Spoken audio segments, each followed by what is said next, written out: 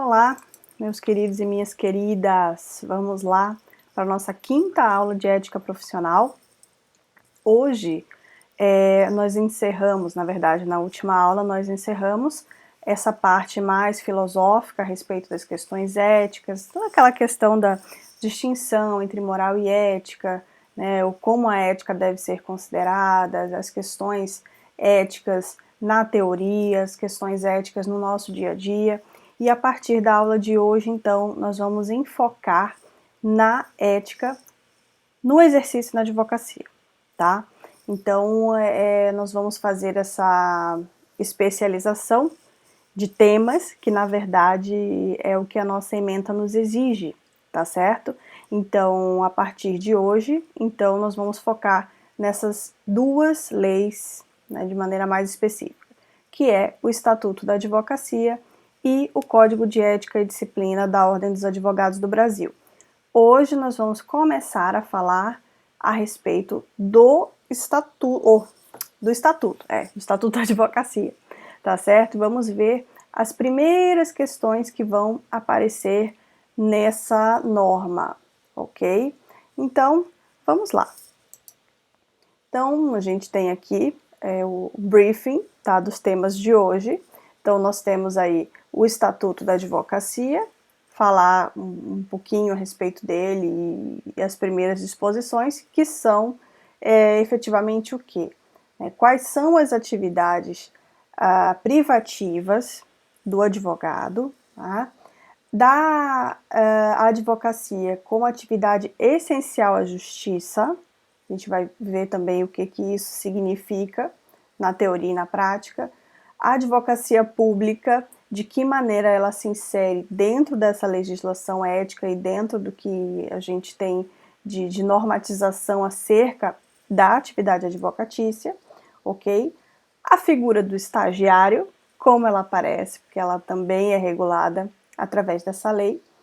A nulidade de atos e prova de mandato. Então, esses são os primeiros assuntos que vão aparecer na lei e que a gente vai falar um pouquinho acerca deles, ok? Então, vamos lá, gente. O Estatuto da Advocacia. Então, é uma lei, né, de 1994, então, como vocês podem perceber, né, nós temos aí, uma lei já tem um tempinho. O número da lei é 8.906. Sugiro que quem não baixou, baixe, né, no seu computador, porque às vezes nem sempre a internet está funcionando, mas baixe diretamente do site do Planalto, porque daí você tem certeza de que a lei está atualizada, ok?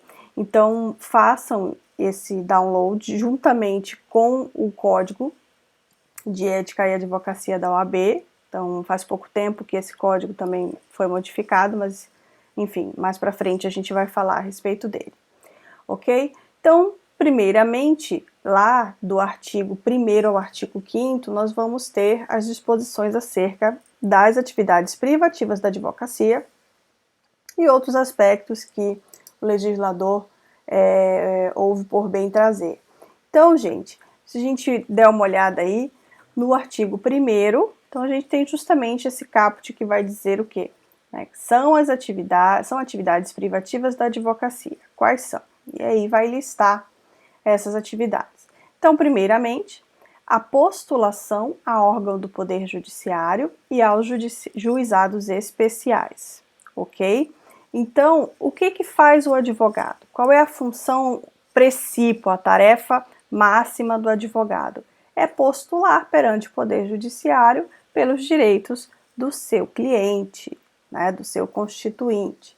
Então, essa é a atividade mais óbvia.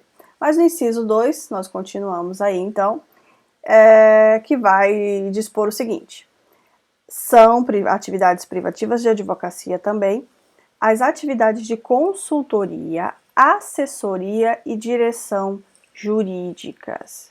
Então, gente, sempre que você pensar em uma empresa, né, que precisa ter um departamento jurídico, então a pessoa, o chefe desse departamento, não pode ser qualquer pessoa, ele vai exercer uma direção, uma atividade de direção de atividades jurídicas e que ele precisa, portanto, ser advogado. E para ser advogado, nas normas do direito brasileiro, você tem que estar vinculado à Ordem dos Advogados do Brasil, ok? Então, vamos lá. Atividades de consultoria, assessoria e direção jurídicas. Então, essas são outras atividades que devem ser exercidas por advogado, tá? Então, por que o legislador foi mais enfático de trazer tudo isso? Porque, enfim, se poderia pensar que é apenas aquela capacidade, aquela atividade postulatória, né, frente ao Estado, mas não.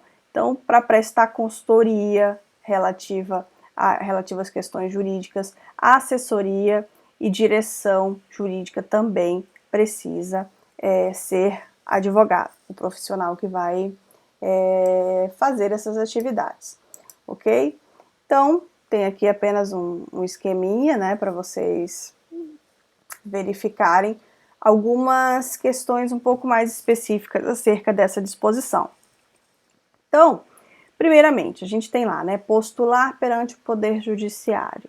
Mas existe uma exceção, tá? Que é a impetração de habeas corpus. Por quê? Porque o habeas corpus ele é um remédio jurídico que ele é diferenciado dos demais, porque ele visa tutelar, né, depois da vida, o que se considera de mais importante para o ser humano é a sua própria liberdade. Então, aquele indivíduo que está privado da liberdade através de uma ação arbitrária do Estado, ele tem o direito, então, de impetrar o habeas corpus. E como é uma questão muito fundamental, muito urgente e que tutela um valor humano ao qual nós demos maior relevância, então não se exige que isso seja feito por um advogado.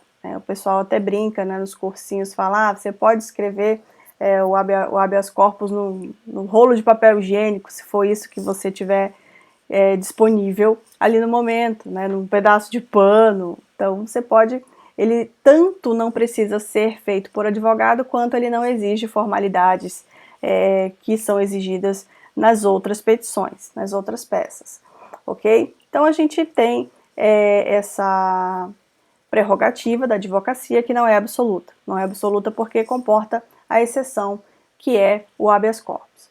Aí a gente tem também, né, consultoria, assessoria e direção jurídica, visto em atos e contratos constitutivos de pessoas jurídicas. Então, dependendo da situação, vai ser necessária a figura do advogado, conforme a lei requerer. Então, por exemplo, para você registrar hoje em dia uma pessoa jurídica, né, registrar uma associação, é um requisito legal que o contrato social daquela associação tenha passado por um advogado, seja assinado por um advogado, tá? Então, se não cumprir o requisito, obviamente, nós vamos ter uma questão de nulidade aí.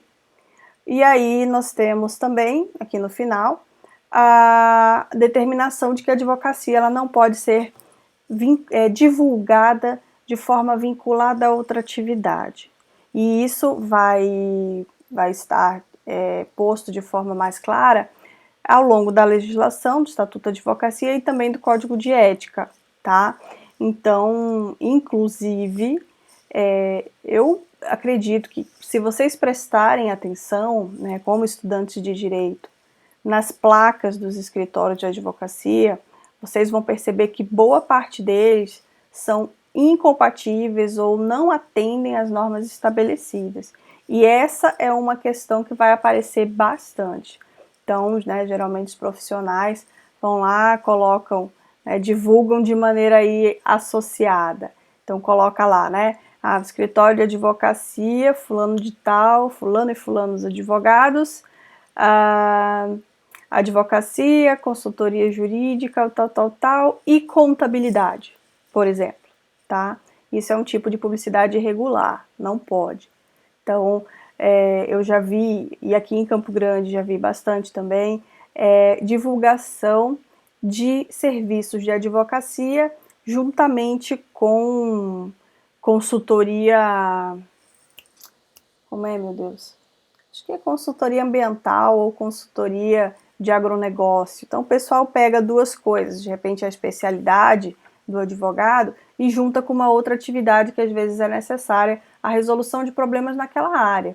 Mas, gente, não pode. Por quê? Porque o direito brasileiro, ele optou, né, por utilizar um modelo de advocacia que não é um modelo como a gente vê, por exemplo, nos Estados Unidos. Tá? A gente vai falar sobre isso mais na frente, mas se vocês observarem nos filmes, né, em que há, de alguma forma, é retratada a figura do advogado, você observa que é um advogado bastante agressivo, ele faz um monte de propaganda, ele faz outdoor, né? Aí eu vou falar bastante de uma série que eu gosto muito, que chama Better Call Saul, não sei se alguém já viu, Melhor Ligar para o Sol, que é um advogado bastante, né, que tem uma flexibilidade ética aí bastante acentuada, ou seja, ele é um trambiqueiro, e a série mostra bastante como é isso na advocacia norte-americana, em que é permitida, né, não tem uma regulação muito estrita acerca da publicidade que é dada ao serviço da advocacia.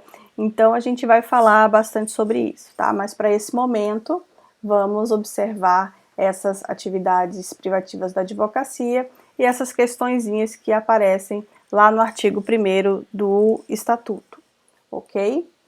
Então, outra questão que aparece também logo no início da nossa lei, que vamos analisar, é a advocacia, a determinação da advocacia como atividade essencial à administração da justiça, tá? Então, vocês vão perceber que sempre haverá as determinações ali contidas na norma, elas vão sempre estar remetendo ao fato de que a advocacia é um serviço público e é uma função social, tá? Em que isso vai diferenciar o advogado das outras profissões? Em muita coisa, tá? Então, o advogado ele não pode ser tratado meramente como um profissional que está ali, né, apenas para ganhar dinheiro, né, um profissional liberal que está ali fazendo um trabalho que a única função é o lucro. Tá? Na advocacia, a gente não pode tratar dessa maneira. Tanto é que existem situações em que o advogado ele é chamado a trabalhar, né? Ele é enquadrado, ele é intimado ali, quando você, por exemplo, tem alguém que está numa audiência, essa pessoa não tem quem o defenda, o juiz então pode, né, catar um advogado ali que está passando de bobeira no fórum e solicitar que ele defenda aquela pessoa, tá bom? A gente vai falar sobre isso também lá no momento oportuno. Então existe essa função social. E isso vai refletir diretamente na Ordem dos Advogados do Brasil como uma instituição sui generis, né? Então, o que é uma instituição sui generis? O pessoal fala da OAB, o que é a OAB, né? É uma autarquia, o que é? Então, é uma instituição diferenciada que tem uma função social muito clara. Então, uma coisa assim que quando eu, no início da minha vida acadêmica, que ainda não tinha me ligado para isso, quando eu era uma estudante de direito, eu sempre prestava atenção em reportagens, né, no geral. Então alguém quer tratar de algum tema, aí sempre, tá lá o representante da OAB para dar uma opinião. Aí eu ficava me questionando, né, por que sempre tem que chamar um cara da OAB, né, o presidente da OAB, o presidente de alguma comissão, algum componente de comissão, para falar, para opinar sobre tudo, né? Falei, por quê? E aí, depois, estudando ética profissional, você descobre que a OAB, ela exerce essa função social, é função dela. Ela precisa se posicionar diante das questões da sociedade. E é por isso que a OAB sempre está lá participando de alguma maneira. Ok? Beleza. Então, vamos lá. A lei também vai trazer, né, lembrar que é uma função, a advocacia é uma função, ela exerce uma função social porque ela busca, né, ela determina a postulação de uma decisão favorável para o seu cliente, né, o cliente do advogado, aquele que esse advogado está representando. Então, a atividade do advogado, ela vai nesse sentido, uma decisão favorável ou, né, uma decisão que seja minimamente prejudicial a esse cliente, tá? Por que eu estou falando isso? Porque não necessariamente o advogado ele vai trabalhar para provar que o cliente dele tem razão.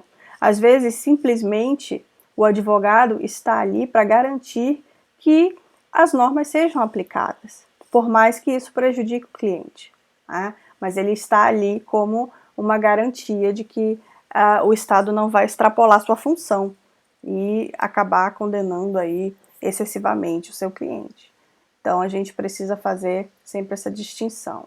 Por isso que a gente, enquanto, né, exercer a advocacia, o advogado jamais deve prometer bundos e fundos para o cliente. Por exemplo, dizer, isso aqui é causa ganha, né? Porque isso não existe. O que existe é a defesa da melhor forma possível dos interesses do cliente dentro do que a lei permite, certo? Então vamos lá.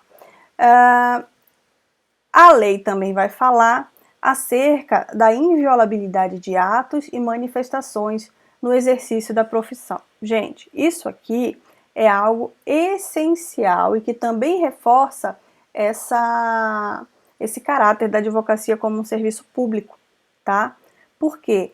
Porque vocês vão lembrar lá das aulas de direito constitucional ou mesmo das aulas de direito penal, quem já chegou nessa parte das disciplinas, né, existe uma parte que fala acerca do direito à privacidade, né, da inviolabilidade, de correspondência, das comunicações, etc. Isso é tratado em diversos ramos do direito, aqui é mais um, né? Mas vocês vão perceber que o advogado ele tem garantida essa inviolabilidade de atos e manifestações no exercício da profissão. Né?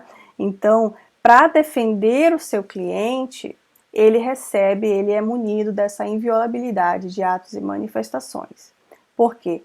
Porque ele precisa não ter obstáculos para realizar o direito à ampla defesa e ao contraditório do seu cliente, que são direitos constitucionalmente postos, certo?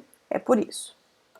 E aí, como que isso aparece aqui no Estatuto da Advocacia? Aparece no artigo 2º, aqui, tem que acostumar o lado do dedo aqui, que vai dizer o seguinte: o advogado é indispensável à administração da justiça, né? Inciso 1º, no seu ministério privado, o advogado presta um serviço público e exerce função social. Então, o que eu já comentei com vocês, não é por ser privado que ele vai buscar unicamente o lucro, ele tem um compromisso legal, né, com o interesse público no exercício da sua função social. O inciso 2 vai dizer assim, parágrafo 2º, desculpa. No processo judicial, o advogado contribui na postulação de decisão favorável ao seu constituinte ao convencimento do julgador e seus atos constituem munus público, né? Apenas reforçando o que eu já comentei com vocês. E aí, parágrafo 3º, no exercício da profissão, o advogado é inviolável por seus atos e manifestações nos limites dessa lei. E aí vocês vão ver, né, estudar tanto lá no direito penal, no direito constitucional, as delimitações, o detalhamento desses direitos, ok? E aí, trazemos também o artigo 3º, que diz que o exercício da atividade de advocacia no território brasileiro e a denominação de advogado são privativos dos inscritos na Ordem dos Advogados do Brasil. Gente, aqui nós temos polêmica até hoje sobre isso. Nunca foi superado. Sempre existe uma ala da sociedade que é totalmente contrária ao exame de ordem, né? Acredito eu que quem tenha essa opinião é uma minoria, né? Porque a gente tem hoje, enfim, é uma questão muito delicada isso, né? Porque nós temos, como eu falei na aula passada, mais de 1.200 cursos de direito no Brasil, então é algo que ficou muito massificado, e ao contrário das outras profissões, conforme eu já expliquei, a advocacia ela exige o cumprimento de uma função social, né? Existe um munus público no desenvolvimento dessa atividade. Por isso que há essa ingerência maior do que se tem nas outras profissões. Então, geralmente se argumenta nesse sentido.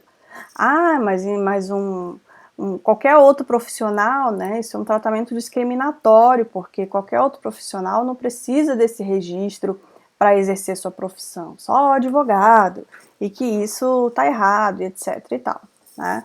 Então, enfim, particularmente eu sou muito a favor do exame da ordem. Eu acho que ele traz para a advocacia quem se prepara de verdade, e mesmo assim a gente tem, infelizmente, né, colegas advogados aí que não honram essa posição. Mas eu acredito que sejam minoria, né? Então, graças a Deus, as pessoas com quem eu tive a oportunidade de trabalhar dentro da advocacia se mostraram excelentes profissionais e que contribuíram bastante para o que se busca, né, de um advogado, que é a melhor defesa possível dos seus interesses. Mas por que eu digo isso para vocês, né? Tomar bastante cuidado, porque ao longo do caminho aparecem muitas coisas, muitas tentações, né, que fazem às vezes o advogado cometer atos contrários à ética. Então, para vocês terem ideia, assim, né, quando eu passei no vestibular para direito, é aquela festa, né? A família toda comemora que você passou no vestibular para direito. E aí minha avó, lá vai eu falar da avó de novo. Minha avó, todo mundo que encontrava, ela dava um jeito de dizer que a neta dela tinha passado para direito. Então assim, minha criada com vó, né? Ela tinha que ficar falando isso para todo mundo. E uma vez a gente levou o carro na oficina e ela falou pro mecânico. E a resposta dele, gente, vocês não fazem ideia. Ele disse assim: ah, sim, então você vai estudar para ser ladrona. Ele disse nesses termos, ladrona. Só estou repetindo, repetindo o que o homem falou. Gente, aquilo para mim foi um choque, né? Então, mas depois eu vim entender por que ele estava falando aquilo. Porque, gente, o que tem de advogado, né, que às vezes, assim, são duas partes, tá? Tem a parte do advogado que não é compreendida pela sociedade e tem aquela outra parte que eu acredito que seja a minoria, que o advogado, enfim, passa a perna no cliente mesmo, né? Se apropria ali indevidamente de algum dinheiro que recebeu, essas coisas, tá?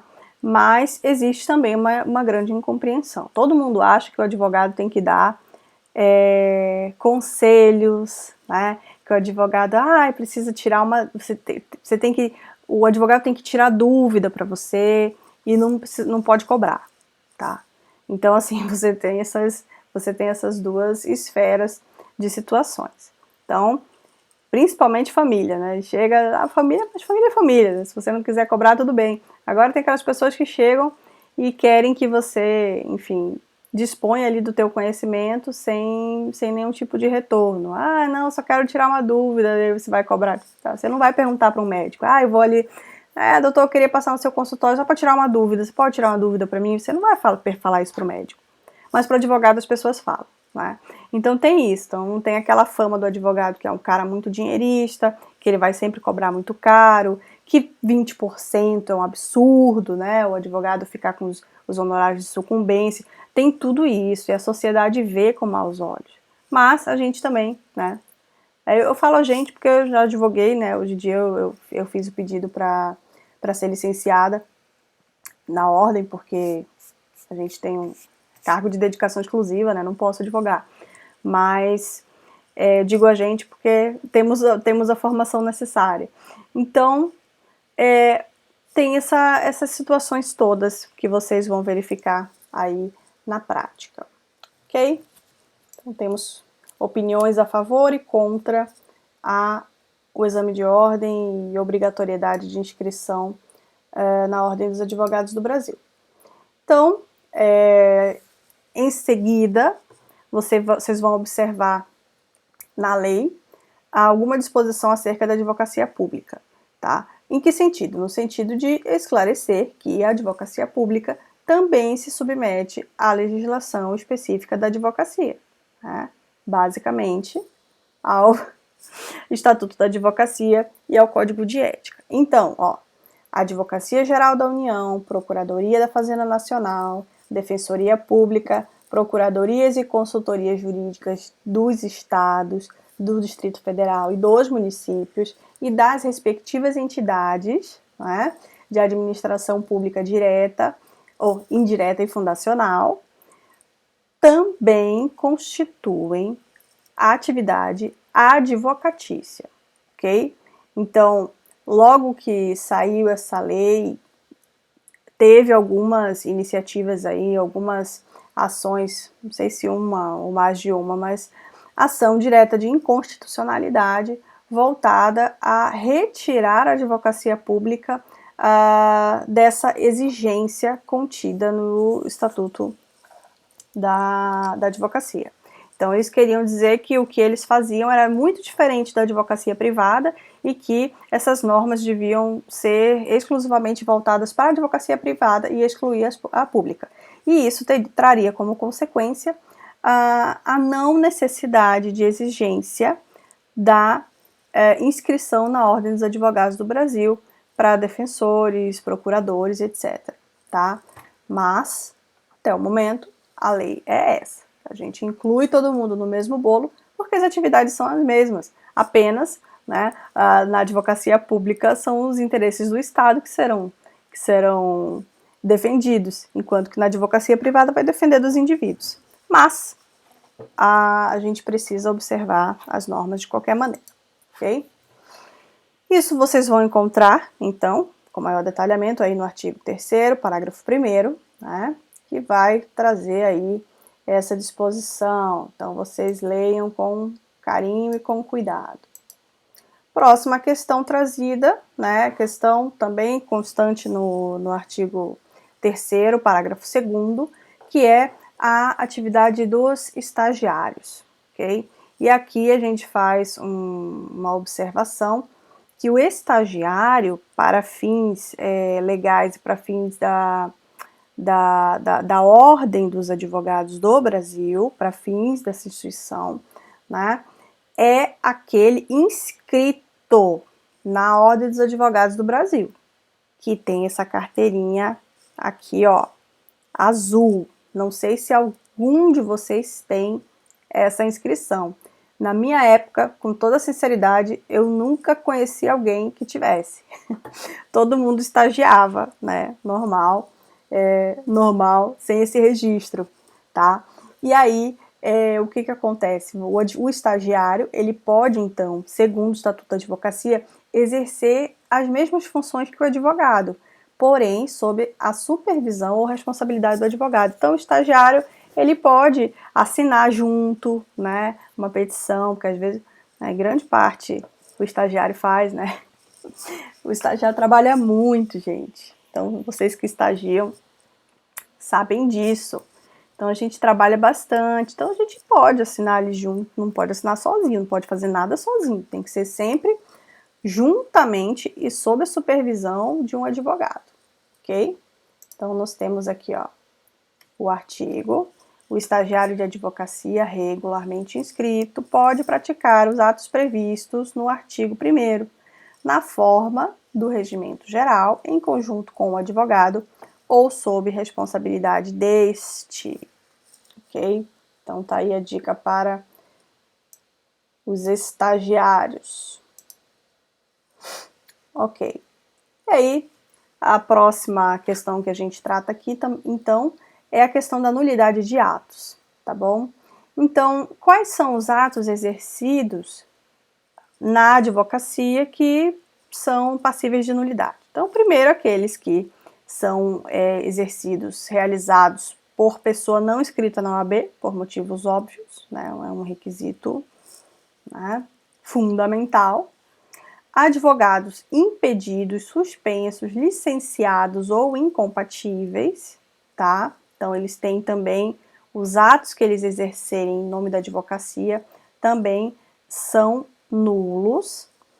E advogado que não cumprir a prova do mandato, né? Obviamente. Então, a gente tem os requisitos legais para essa questão da prova do mandato, que a gente vai já ver. Então, como que isso está na lei? Então, está lá no artigo 4º, vocês podem ler a mesma coisa que eu já falei, apenas trouxe aqui o texto da lei, ok? E aqui nós temos, então, a questão da prova do mandato. É feita como a prova do mandato? Através de um documento chamado procuração. Então, para quem nunca viu, né, existem dois tipos de procuração utilizadas na advocacia. Então, a primeira é a procuração ad judicia e a segunda, a procuração ad judicia et extra, tá? Então, na ad judicia, você outorga poderes para que esse advogado venha representar você perante os tribunais, perante o poder judiciário, tá? No sentido estrito.